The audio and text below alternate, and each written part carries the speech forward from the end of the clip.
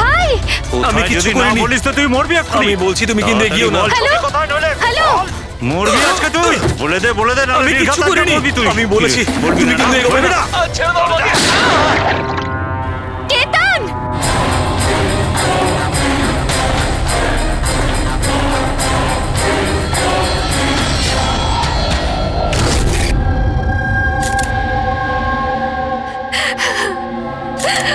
আপনি প্লিজ বসুন, সামলান নিজেকে।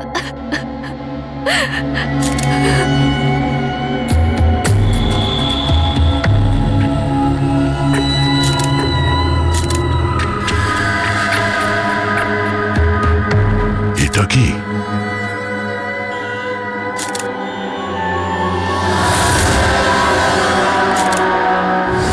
এটা কারোর জুতোর থেকে এসছে মনে হচ্ছে। কিন্তু স্যার ওই কেতনের জুতো তো পরিষ্কার। স্টুডিওর ফ্লোরেও এরকম দাগ কোথাও নেই। একটু স্টেপারটা দাও তো।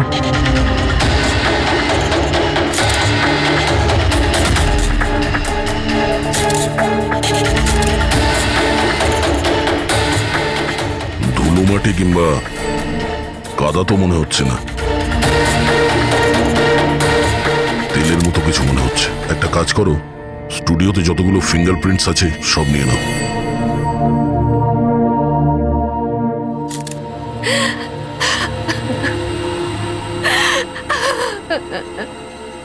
মায়াদেবী, আমি জানি যে এই সময়টা ঠিক নয় জিজ্ঞাসা করার জন্যে, কিন্তু তবুও আপনাকে ডিস্টার্ব করছি। একটু ভালো করে মনে করে বলুন, আপনি পুরো ঘটনাটা ফোনে শুনেছেন? আচ্ছা, কেতন আর ওই লোকটার সাথে কি কথা হচ্ছিল? ও এসেই কেতনকে খুব বাজেভাবে মারছিল। কেতন চিৎকার করছিল খুব। জিনিসপত্র ভাঙার আওয়াজ পাচ্ছিলাম আমি। আমি কিছু করিনি। হ্যালো দেখো, এগিয়েও না বলছি। কেতন, কি আমি হলো কিছু জানি না। ভাই? আরে বল। ও কোনো ফটোগ্রাফের কথা বলছিল। স্যার মায়া যেটা বলছে যে কেতন খুন হয়েছে একটা একটা একটা এভিডেন্সের জন্য। এভিডেন্স কি তাহলে ফটোগ্রাফ ছিল? স্যার, কেতন কোনো একটা কাপেলের ইনফরমেশন লিখে রেখেছে স্যার। এই দেখুন, এখানে নামগুলো লেখা আছে স্যার, জুহুতে থাকে। স্যার, হ্যাঁ, স্যার এই দেখুন, ক্যালেন্ডারে 14th এপ্রিল 2018 এই ডেটটা মার্ক করা রয়েছে, দ্য অ্যানিভার্সারি। আরে এটা তো আজকের ডেট। তার মানে আজকের দিনে কিছু ঘটতে যাচ্ছিল যেটার ব্যাপারে কেতন জানতো। ওর মোবাইল ফোনটা চেক করো, দেখো শেষবার কার সঙ্গে কথা বলেছো।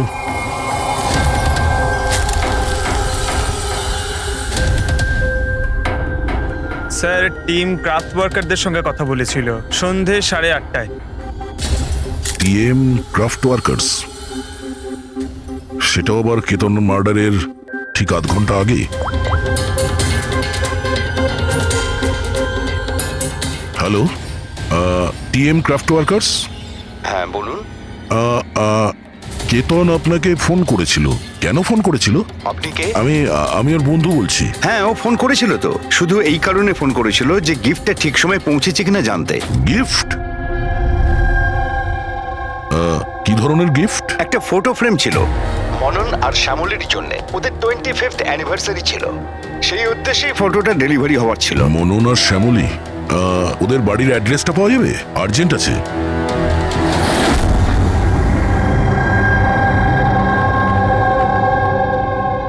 এই ফটোটা এটা কে কে পাঠালো? পাঠিয়েছে? কেতন? কেতন? কেতনটা কে? আর এইভাবে আমাদের ফ্যামিলি পিকচার পাঠানোর মানেটা কি? হ্যাঁ, ও কি করে চিনলো আমাদের ফ্যামিলিকে? মনে হচ্ছে কেউ মজা করেছে। একেবারেই না। আপনি কে?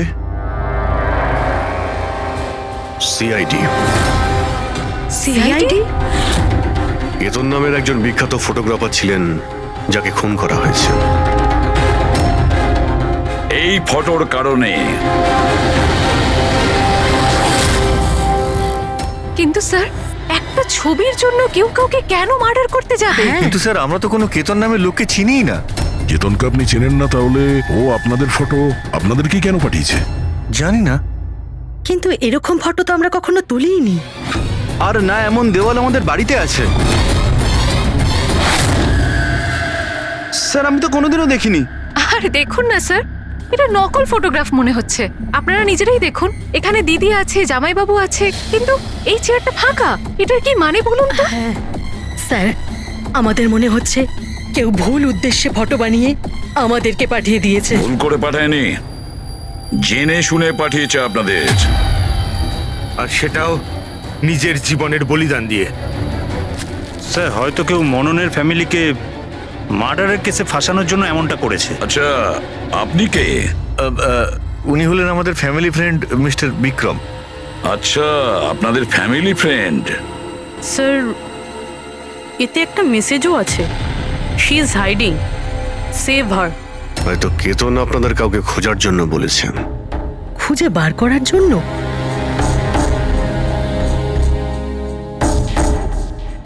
স্যার, স্যার, এই ফটোটা তো আমার মেয়ে রিয়ার মতো মনে হচ্ছে। স্যার, জানি না কার হাত ধরে দাঁড়িয়ে রয়েছে। একটু দেখো না, আমাদের মেয়ের মতোই তো মনে হচ্ছে। না রিয়া, দেখো, এটা রিয়া নয়। না না না, ও রিয়া, এটা রিয়া এটা নয়। রিয়া। এই ইয়েলো কালারের ড্রেস আমার মেয়ে রিয়াই পরেছিল যখন ও নিখোঁজ হয়ে গেছিল। মনে হচ্ছে কেতন রিয়াকে খোঁজার কথা বলেছে। এটা রিয়াই, একটু রিয়া দেখো না। নয়। এক মিনিট, কতদিন ধরে উধাও আপনাদের মেয়ে? 12 বছর। হ্যাঁ, 12 বছর? স্যার, এই 12 বছর পরে কেউ কারোর ইনফরমেশন কেন দেবে? এই রিয়া 12 বছর ধরে নিখোঁজ। কিছু না কিছু কারণ তো নিশ্চয়ই আছে এই ফটো পাঠানোর। স্যার কোনো কারণ নেই, এটা শুধুমাত্র একটা কোইন্সিডেন্স। আর 12 বছর পরে হঠাৎ করে রিয়ার ইনফরমেশন কোথা থেকে পেলো? হ্যাঁ স্যার দেখুন, এটা রিয়া হতেই পারে না। রিয়ার মৃত্যু 12 বছর আগে হয়েছে। এটা রিয়া কি করে হতে পারে? এটা রিয়াই, দেখো না মনন, এটা আমাদের মেয়ে দিদি, রিয়া। কি এই ছবির পেছনে পড়ে আছিস? দেখো, এটা চল রিয়া চল নয়। আমার সাথে চল, সামলা নিজেকে। আরে এটা নেবে, কিছু নিয়ে এসো তাড়াতাড়ি।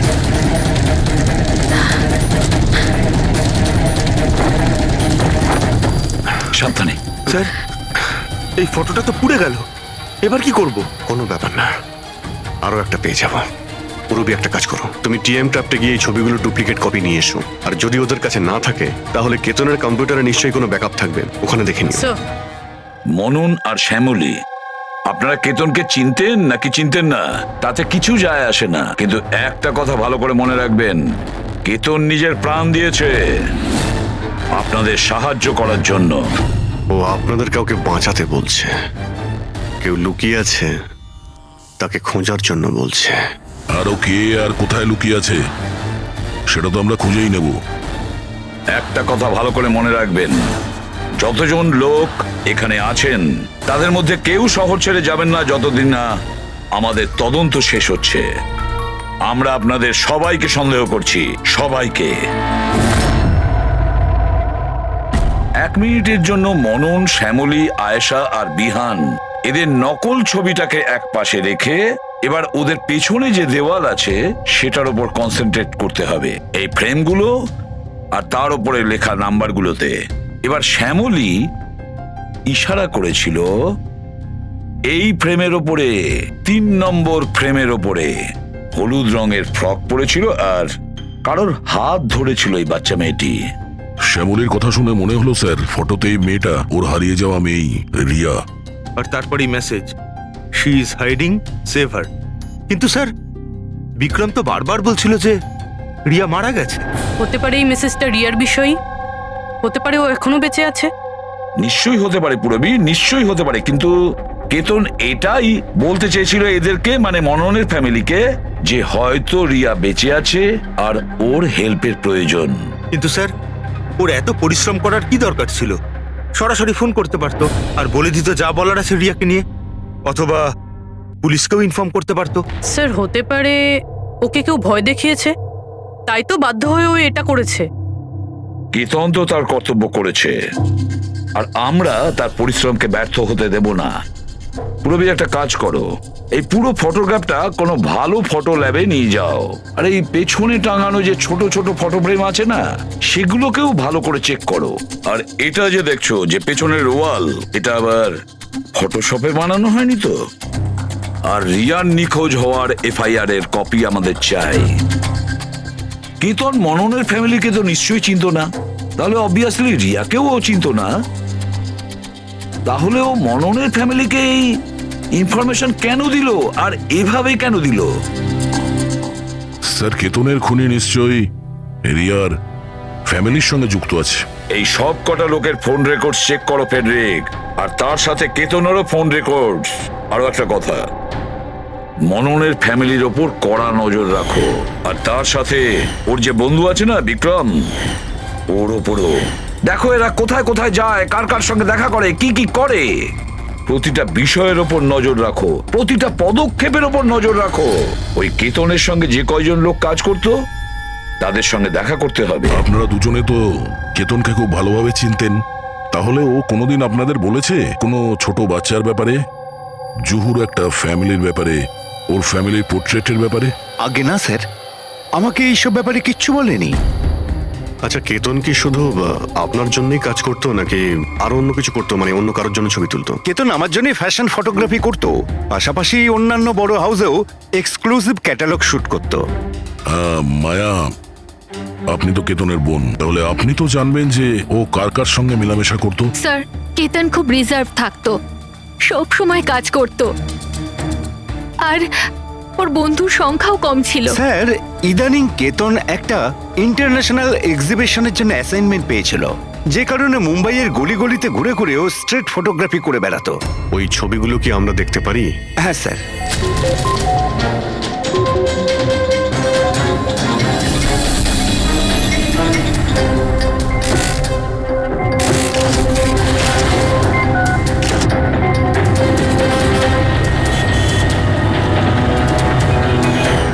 এত ভালো পোর্টফোলিও বানিয়েছিল, অথচ এক্সিবিশনে সাবমিটই করলো না। কেমন দুশ্চিন্তায় পড়ে গিয়েছিল।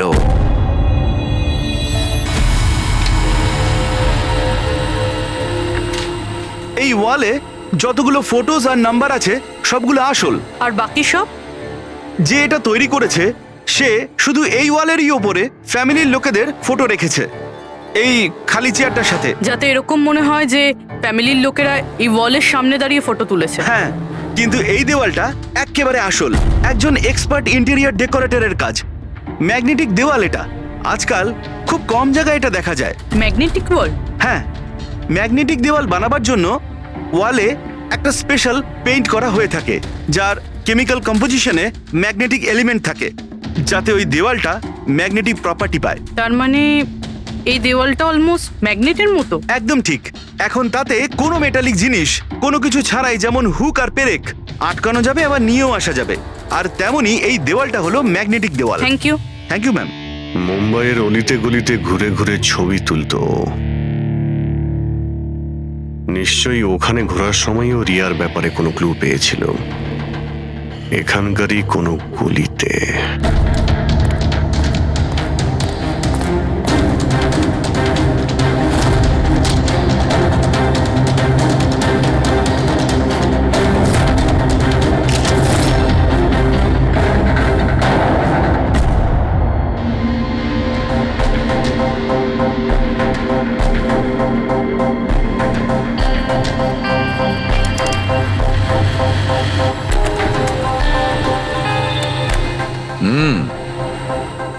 তাহলে এই ব্যাপার।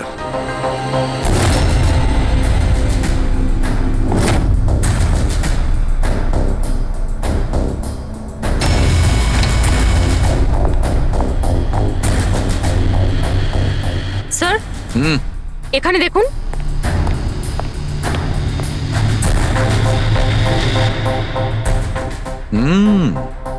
Good job Sarika. Thank you. বলো সালুকে, কি পেলে? বস, একটা দারুণ জিনিস পেয়েছি। দয়া, তোমার মনে আছে তুমি আমাকে কিছু ওই চকচকে জিনিস দিয়েছিলে, যেটা তুমি ক্রাইম স্পটে পেয়েছিলে, মনে আছে? স্যার, এটা ওখানে ক্রাইম সিন থেকে পাওয়া গেছে। এটা মাটি কিংবা কাদা তো মনে হচ্ছে না, হতে পারে কোনো অয়েল কিংবা গ্রিস। তুমি একদম ঠিক ভেবেছিলে দয়া, ওটা গ্রিসই ছিল। বস, আমি ওই পদার্থটার মধ্যে গ্রিসের চিহ্ন পেয়েছি, আর ওই গ্রিসটা এত পুরনো যে এখন ও ওর কেমিক্যাল কম্পোজিশনই বদলে ফেলতে চলেছে। এক মিনিট শাহরুখে, পুরনো মানে কত বছরের পুরনো? অ্যাকচুয়ালি বস, যে জায়গা থেকে এই গ্রিসের কৌটোটা পাওয়া গেছে সেই জায়গাটা অনেক দিন আগে নিশ্চয়ই বন্ধ হয়ে গেছে। আর স্যার, কেতনের নাকের ফ্লুইডস থেকে আমি এই অ্যাক্রিলিক, নাইলন, পলিয়েস্টার, পলিপ্রপিলিন এইসব জিনিসের ট্রেসেস পেয়েছি। আর ওর লাংসেও এই সেম জিনিস পাওয়া গেছে, fabric fibres. Nylon, polyester, olefin, acrylic, দয়া এই সব জিনিসগুলো তো ফেব্রিকের সঙ্গে রিলেটেড। কিন্তু এ তো একজন ফটোগ্রাফার ছিল, এর কি সম্পর্ক ছিল এই জিনিসগুলোর সঙ্গে? হ্যাঁ স্যার, যেখানে এ থাকে সেই বাড়ির আশেপাশে কোনো ফ্যাক্টরিও নেই, তাহলে ওই কাপড়ের টুকরোটা ওর লাংসে কি করে প্রবেশ করলো? হতে পারে এরকম কোনো জায়গায় ও যাওয়া আসা করতো। হ্যাঁ বস, কোনো ফ্যাক্টরি, কারখানা, মিল। আর বারবার যায় স্যার, তবেই এটা পসিবল। আর বারবার যেত কেতন এইরকম কোনো জায়গায়, কিন্তু কেন, কিসের জন্য? স্যার, শ্যামলী ডিপ্রেশনে চলে গেছে, ও বাড়ি থেকে বাইরেই বেরোচ্ছে না। আর বিক্রম? বিক্রম আর বিহান প্রায় দেখা করে, জানি না ওদের মধ্যে কি নিয়ে যেন একটা ঝগড়া হয়। আর এই বিহান গিয়ে উকিলদের সাথে দেখা করে। উকিলদের সাথে? হ্যাঁ স্যার। আর আয়েশা ওর এক বান্ধবীর সাথে দেখা করতে যায়, কিন্তু ওর এই যে এই বান্ধবীটি ওর থেকে বয়স অনেক বড়। আমার মনে হয় না ওনার এই কেসের সাথে কোনো সম্পর্ক আছে। আর এই যে মনন না, কেতনের সম্পর্কে জানার প্রচুর চেষ্টা করে যাচ্ছে। আচ্ছা আচ্ছা, ফেডরিকো যে ফোন কল রেকর্ডগুলো ট্র্যাক করেছিলে তাতে কি জানা গেছে? কিচ্ছু জানতে পারিনি স্যার। ওদের যে রেজিস্টার্ড মোবাইল নাম্বারগুলো, তার থেকে কিচ্ছু পাইনি। স্যার। হ্যাঁ, ফটোগ্রাফসের প্রিন্ট বার করেছো? হ্যাঁ স্যার। স্যার, যেরকম আমি ফোনে বলেছিলাম ওই দেওয়ালটা আসল স্যার। ম্যাগনেটিক ওয়াল? হ্যাঁ স্যার। স্যার, কেতন এই সব ছবিগুলো ওই ওয়ালে লাগিয়ে এই ছবিটা তুলেছে, আর তারপরে ওই ফ্যামিলি ফটোটা ফটোশপ করে দিয়েছে। স্যার, এই ওয়ালের খোঁজ করতে বেশি সময় লাগবে না, ইন্টেরিয়ার ডিজাইনারের কাজ। আর এই ওয়ালে মেটালিক ডিজিট লাগানো আছে স্যার। তাহলে এবারে এই সমস্ত ফটোগ্রাফস আর্কিটেক্ট আর ডিজাইনারদের অফিসে পাঠিয়ে দাও, তখনই জানা যাবে কে এই ম্যাগনেটিক ওয়াল তৈরি করেছে।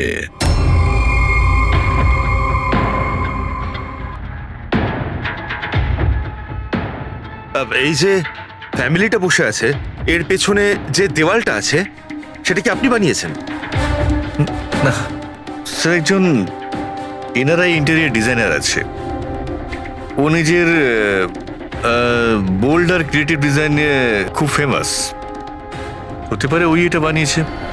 অফকোর্স এটা আমারই ডিজাইন করা। ম্যাজিক লাইফ অ্যাডলভসের জন্য ডিজাইন করেছি এটা আমি। ইটস এ ম্যাগনেটিক ওয়াল।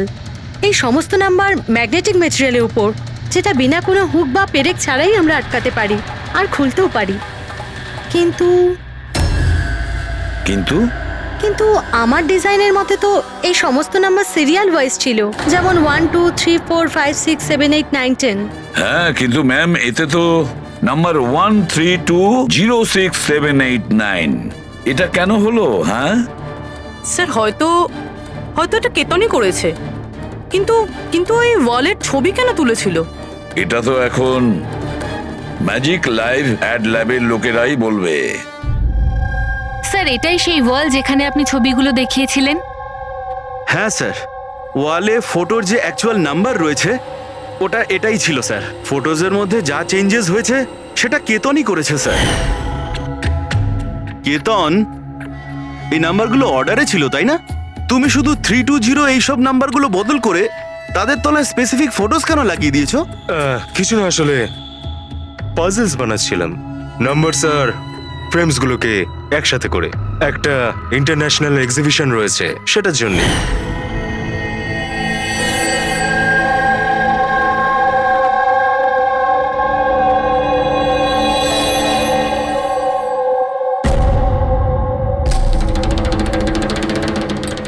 আপনারা কেতনকে পারমিশন দিয়েছিলেন কি করে এসব করার জন্য?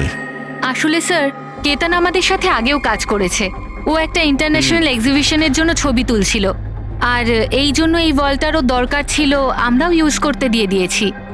হ্যাঁ স্যার, কি সব পাজেলের কথা বলছিল, আমরা তো কিছুই বুঝতে পারছিলাম না। পাজল?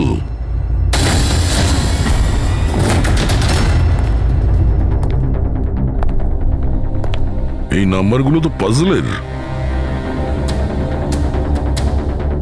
ওই পোর্ট্রেটে 3206 ছিল, আর ওর নিচে যে ফটোগ্রাফস গুলো আছে, আচ্ছা ওগুলোই পাজল নয় তো?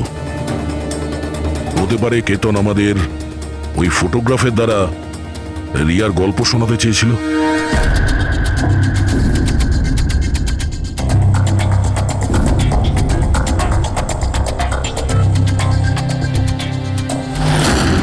এই রিয়া নিখোঁজ হয়েছিল কবে? কবে নিখোঁজ হয়েছিল? রিয়ার মিসিং এর এফআইআর এর কপি আছে না? হ্যাঁ স্যার। স্যার, ওর এই কেসের সঙ্গে কি কানেকশন? ওই কেসটা তো স্যার অনেক বছর আগে বন্ধ হয়ে গেছে, কিন্তু জানি না কেন দয়া, আমার মনে হচ্ছে রিয়ার এফআইআর এর সঙ্গে হয়তো আমাদের কেস সলভ করার জন্য কোনো সূত্র পেতে পারি। FIR 82217 in Mumbai PS. FIR এর ডেটটা দেখো দয়া, এই দেখো 3206। 3/2/2006, মানে এটা ডেট? একদম ঠিক বলেছো, 3206 3rd ফেব্রুয়ারি 2006। দিদি ভরসা রাখো। জানি না আমার মেয়ে কি অবস্থায় আছে। আপনারা মজা করছেন না তো? আপনারা সত্যি আমার মেয়েকে খুঁজে বার করবেন? ও অ্যাকচুয়ালি বেঁচে আছে কি? আপনার মেয়ে বেঁচে আছে এটা শুনে আপনার খুশি হওয়া উচিত, আর আপনি এভাবে কথা বলছেন। ড্যাড, আমার বোন রিয়া বেঁচে আছে। স্যার, কোথায় ও? দেখুন, আমরা খুব তাড়াতাড়ি রিয়ার অ্যাড্রেসটা খুঁজে পাবো। সেই জন্য আপনারা যা জানেন আমাদের বলে দিন। শেষবার আপনারা ওকে কবে দেখেছিলেন, ওর সঙ্গে কি হয়েছিল, আর এক্স্যাক্টলি ও নিখোঁজ হলোটা কি করে? কিন্তু স্যার, এই 4টে ছবির কি মানে হতে পারে? কেতন নিশ্চয়ই আমাদের রিয়ার বিষয়ে কিছু বলবার চেষ্টা করেছিল। দেখো না ফটোগুলো, এই 3 নম্বর ফটোটা, এতে একটা ছোট্ট বাচ্চা আছে, কাঁদছে, কোনো বড় মানুষের হাত ধরে কোথাও চলে যাচ্ছে। 2 নম্বর ফটোতে রিয়া অনেকটা বড় হয়ে গেছে, এমন জালের পিছনে রয়েছে, মনে হচ্ছে কেউ ওকে জালের মধ্যে বন্দি করে রেখেছে। এই 3য় ছবি, এটাতেও মনে হচ্ছে যেন কেউ ওকে বন্দি করে রেখেছে। আর স্যার, এই যে শেষের ফটোটায় কেউ ওকে জড়িয়ে ধরেছে আর পিঠে ছুরি মারতে যাচ্ছে। স্যার, এমন মনে হচ্ছে যে কেতন এই ফটোগ্রাফের দ্বারা রিয়ার গল্প বলছে। এক্স্যাক্টলি। দেখো, রিয়া ছেলেবেলায় কিডন্যাপ হয়েছে, তারপরে ওকে বন্দি করা হয়েছে, আর তারপরে ও যখন 18 বছরের হয়েছে তখন ওকে শেকলে বেঁধে রাখা হয়েছে, আর তারপরে ও এমন কাউকে পেয়েছে যে ওকেই মারার প্ল্যান করছে। এমন কেউ যাকে রিয়া বিশ্বাস করে। তার মানে স্যার, কেতন একদম বুঝে শুনে মডেলদের এমন ছবি বানিয়েছে যাতে সত্যিটা সামনে চলে আসে। সেই কারণেও কেতনকে রাস্তা থেকে সরিয়ে দিয়েছে। রিয়া বাকি বাচ্চাদের মতো নর্মাল ছিল না। ওর স্বভাব ওর বয়সের বাচ্চাদের তুলনায় অনেক আলাদা ছিল।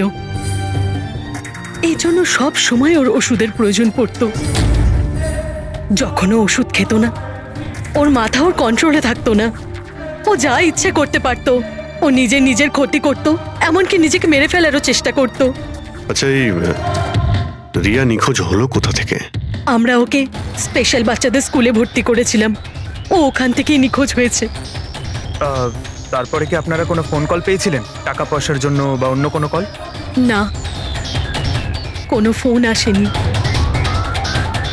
হ্যাঁ, কিন্তু পরে আমরা জানতে পারলাম যে হসপিটাল থেকে ওর মেডিকেল ফাইলটা পাওয়া যাচ্ছে না। ফাইল উদা হয়ে গিয়েছিল মানে? কেউ এরকম কেন করতে যাবে? আর তাও এমন মেয়ের যার মানসিক অবস্থা খুবই খারাপ। সেটাই তো আমি বলছি। আরে, যার মানসিক পরিকাঠামো এত দুর্বল, সে মেয়েটা 12 বছর বাঁচতে পারে কি করে? আরে সমস্যা ছিল। এটা আপনি কি করে বলতে পারছেন? লজ্জা করে না আপনার? মেয়ে হয়ও আপনার। দেখুন, একটা ব্যাপার তো আমি বুঝতে পেরে গেছি, যদি রিয়াকে পাওয়াও যায় তাতে আপনি খুব একটা খুশি হবেন না। কিন্তু আমরা ওকে খুঁজেই ছাড়বো, যে কোনো মূল্যে।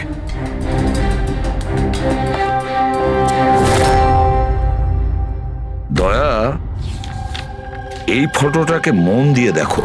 দেখো, রিয়া বড় হয়ে গেছে, 18 বছর বয়স হয়েছে ওর, কিন্তু ওর পায়ে শেকল পরানো আছে। স্যার, এই পেছনে এই জানলা কার্পেট দেখা যাচ্ছে। দয়া, মনে পড়ছে সারিকা কি বলেছিল? কেতনের নাকের ফ্লুইডস থেকে আমি এই অ্যাক্রিলিক, নাইলন, পলিয়েস্টার, পলিপ্রপলিন এইসব জিনিসের ট্রেসেস পেয়েছি। এই সব কটা জিনিস ফেব্রিকের সঙ্গে রিলেটেড, কার্পেটের সাথে। ওই কেতন ছবির মাধ্যমে বোঝাতে চেয়েছিল যে ওই রিয়া কোনো পুরনো মিল বা ফ্যাক্টরিতে আছে। স্যার, চতুর্থ ফটোটায় অয়েল ক্যান আর খালি বাক্স ছিল। আর কেতনের স্টুডিও থেকে আমরা গ্রিসের ছাপ পেয়েছিলাম তো। স্যার, হয়তো খুনি কেতনের স্টুডিওতে সেখান থেকেই এসেছিল যেখানে রিয়া বন্দি আছে। তৃতীয় ছবিতে ওই কার্পেটের গলি, আর চতুর্থ ছবিতে ওই ফ্যাক্টরি। স্যার, এই দুটো জায়গা পাশাপাশিই হবে।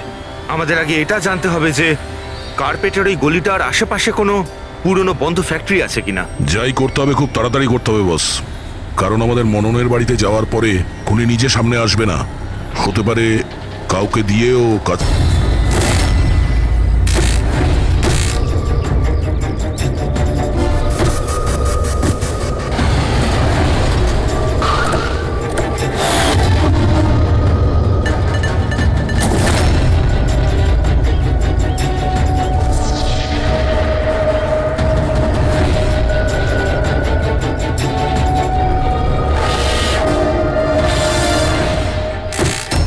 হ্যাঁ, ইনি আমাকে টাকা দিয়েছিলেন আমার ফটো তোলার জন্য। দুদিনের জন্য এসেছিলেন। তৃতীয় দিন দেখলাম মনে হলো কারোর পিছু নিচ্ছেন উনি।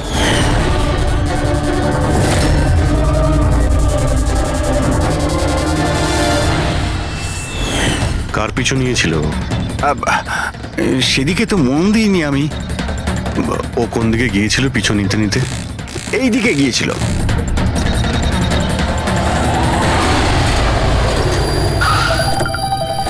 হ্যাঁ, পৌঁছে গেছি আমি। হ্যাঁ, চিন্তা করো না, বেঁচে ফিরবে না ও আজকে।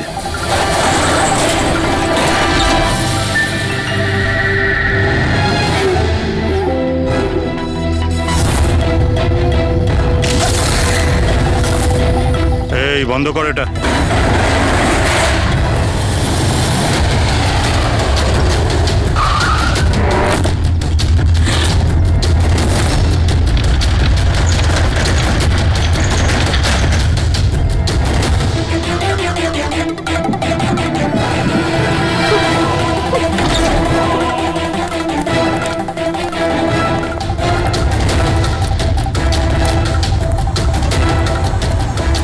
আর কোনো উপায় নেই, বাচ্চাটাকে আমাদের মারতেই হবে। বাচ্চাটার বডিটা এখান থেকে হাফিস করার পর এই পুরো জায়গাটাকে আগুন লাগিয়ে পুড়িয়ে শেষ করে দিবি, যাতে এখান থেকে কেউ কোনো প্রমাণ না পায়। এখানে তো কিছু পেলাম না, চলো অন্য কোথাও গিয়ে দেখি।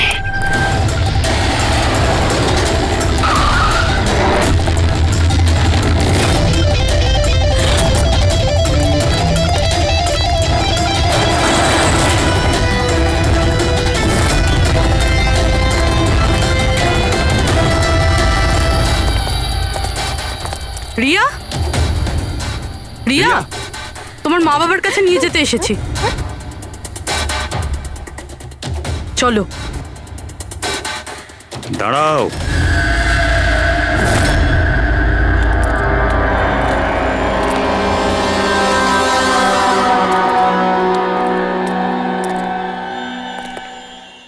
রিয়া মা, এদিকে আয়। আয় মা, আয় আয় আয় আয় আয় আয় আয় আয়। রিয়া, রিয়া, রিয়া, আয় আয় আয়। রিয়া মা, এই আঙ্কেলদের সাথে যাবি? এই বাচ্চাটা তোমাদের সাথে যেতে চায় না, একবার চেষ্টা করে দেখো। ঠিকই বলছে ফ্রেডি, এই মেয়েটা ভাবছে যে আমরা ওর শত্রু, আর ওকে ওর বন্ধু ভাবছে।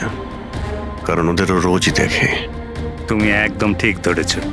আর এই সরল বাচ্চা মেয়েটা তো এটাও জানে না যে আজও মরতে চলেছে।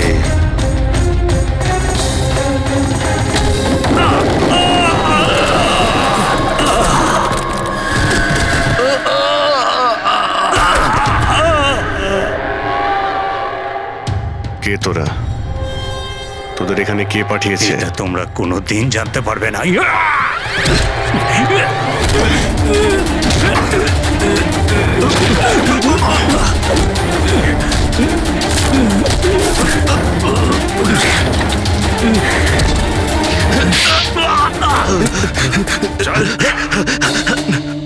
এ তো গেছে দেখছি।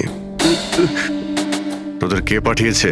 হ্যাঁ, স্যার আমি কিছু জানি না স্যার, ওই সব কিছু জানতো স্যার। যে জানতো সে তো মারা গেছে। এবার কি করে জানতে পারবো স্যার কে পাঠিয়েছিল এদের? রিয়া তো প্রচন্ড ভয় পেয়ে আছে, ও কিছু বলতেও পারবে না। রিয়া বলতে পারে না, কিন্তু চিনতে তো পারে। মানে মানে রিয়া এই খুনিকে চিনতে পেরেছে। কেন? কারণ ও ওকে রোজ দেখতো, ওকে সব সময় দেখতো। ওর মনে হয়েছিল যে এ ওর নিজের কেউ, সেই জন্যই ওর সঙ্গে যাবার জন্য রাজি ছিল। তাহলে রিয়া হয়তো তাকে নিশ্চয়ই চিনবে, যে এখানে ওকে 12 বছর ধরে বন্দি করে রেখেছে, যে ওর সঙ্গে রোজ কথা বলে, আর যে ওকে মারার জন্য এই গুন্ডাদের এখানে পাঠিয়েছে। এবার রিয়াই বলবে যে অপরাধীটা আসলে কে। রিয়া, যাও যাও রিয়া। এসো মা, আমার কাছে এসো।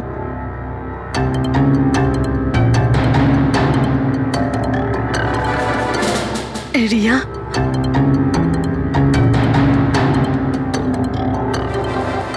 এসো সোনা আমার, নিজের মায়ের কাছে এসো। এসো এসো মা আমার, এসো মা, এসো এসো সোনা আমার। আয় মা। রিয়া,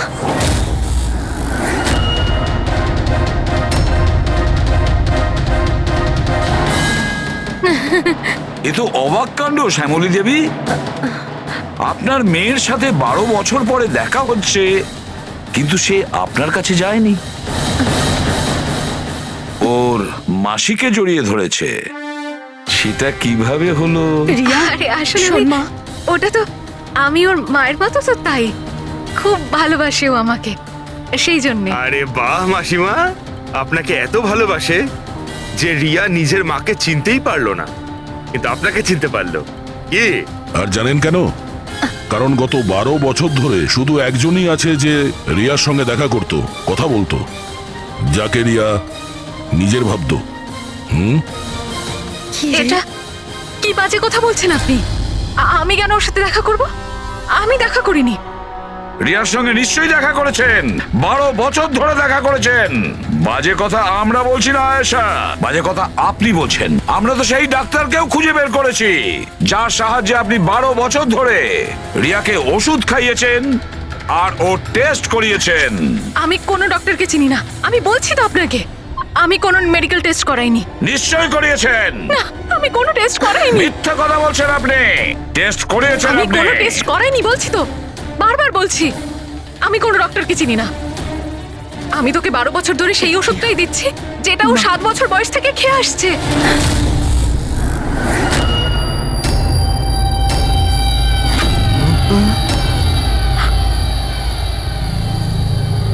এসে গেলেন না? হ্যাঁ, যে লোকটাকে আপনি পাঠিয়েছিলেন রিয়াকে মারতে, ওর মোবাইলে আমরা ওর নাম্বার পাই, যে আপনার বন্ধু, যার সঙ্গে আপনি সবসময় দেখা করেন। আয়েশা, তুই এমন কেন করলি? বিহানের জন্যে। আমার ডিভোর্স হয়ে গেছিল, আমার জীবনে এমনিও আর কোনো উদ্দেশ্য ছিল না।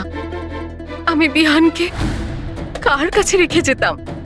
আমার মনে হলো যে এই পুরো প্রপার্টি, এই টাকা, এগুলো সব আমার ছেলের হওয়া উচিত, রিয়ার না।